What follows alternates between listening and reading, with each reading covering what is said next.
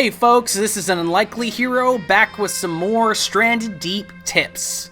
I'm pretty excited about this one. In today's video, we are going over the 3 bosses located in Pacifica and how to find them, fight them, and what you get for doing so. Also, I'm going to talk about what you need to finish the game and escape Pacifica once and for all. If you haven't done so yet, please subscribe, and if you liked or found this video helpful, give me a like. I want to say thanks to everybody who's already subscribed and shown great support for my channel so far. You guys are awesome. Okay, first off, let's see what we need to actually beat this game. Obviously, there are huge spoilers ahead. You have been warned. You may have noticed that there's a giant aircraft carrier in Stranded Deep, and you might have found it early in your playthrough, or you may have found it way later. In fact, my second playthrough, I found it almost immediately. But if you haven't found it yet, you're going to have to be able to beat Stranded Deep. Although in-game there is no map you can make, if you go back to the main menu and select Cartographer, you can see where the aircraft carrier and the 3 bosses are located. The game also shows you what island you are on since your last save. If you're having difficulty finding where these locations are, take a screenshot of the cartographer and use the compass in-game to locate the carrier and the bosses.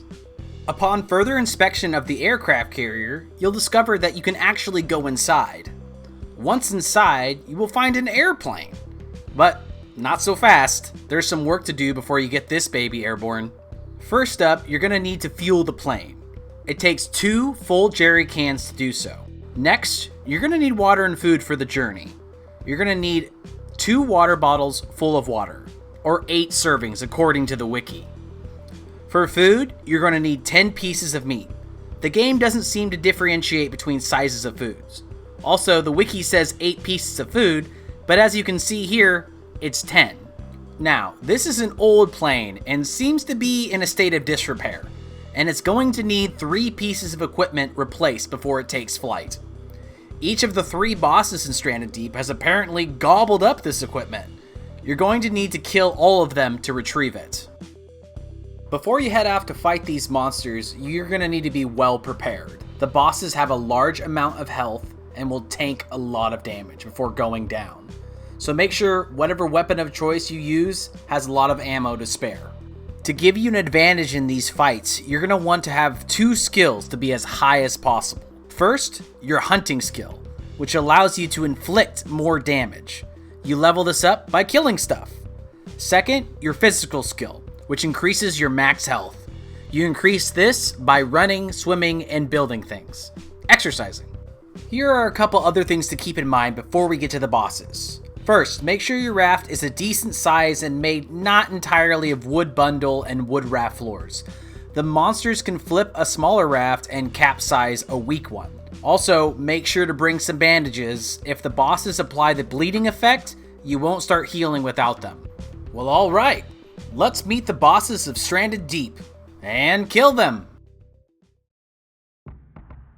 Our first boss that we have is the Meg, or Megalodon. Mind you that you can fight the bosses in any order. You'll find the Meg chomping down on a whale carcass. I would recommend turning up your view distance in your graphics settings. The boss areas will be a lot easier to spot from a distance. I would highly recommend starting the boss fight in early mornings. The bosses are going to be a lot easier to see. Also, make sure your food and water are near maxed, so you can start healing immediately after taking damage. Once you have all your weapons prepared and are ready to fight, drop that anchor and deal some damage, or go near the Meg to begin the fight. At 500 HP, the Meg is the weakest of the bosses, but still, don't let your guard down. Its unique attack is that it will jump out of the water and bite the player, which will scare the crap out of you if you don't know that it's going to do it. The best and easiest way to fight the Meg is from the safety of your raft. Use the spear gun or throw refined spears at him until he finally goes down. Fighting the Meg in the water isn't the smartest idea. He's pretty hard to see in the water and can bite and drag the player, causing the bleeding effect. As you can see, these battles can last a while, so make sure you bring a flashlight so you can still see him swim by. Upon killing the Meg, you'll receive a trophy and 1 aircraft rudder part. Now you're one step closer to escaping Pacifica. Our second boss is the Great Abaia, or Abaia? Anyways, it's a giant moray eel. The Great Abaia has taken residence in a destroyed battleship. Only a little bit of it is visible from above the water, which can make this boss location difficult to find. To begin the fight, you're going to need to swim near the hole in the middle of the sunken ship. This enrages the eel, and he will come out of his hiding place to come kill you. Boasting 750 HP and a smaller surface area to hit, the Great Abaia can kill an unprepared player easily. Just like the Meg, your best bet is to try and fight the eel from the safety of your raft or on top of the battleship. But be aware, he can also jump out of the water and attack the player, knocking you into the water and off the safety of the raft or the battleship. I'll be completely honest with you, this is the most annoying boss fight in the game, because I simply just had to take forever trying to find him and it got dark and I barely could see him. So you could, in theory, fight him from the water, but if you do the safe route and attack on the raft, just be ready to be here a while. The boss fights, especially this one, more than anything are about how much ammo you have, preparation, and patience. But eventually, you will kill this guy, I promise. And when you do, you'll get 1 trophy and 1 aircraft engine part.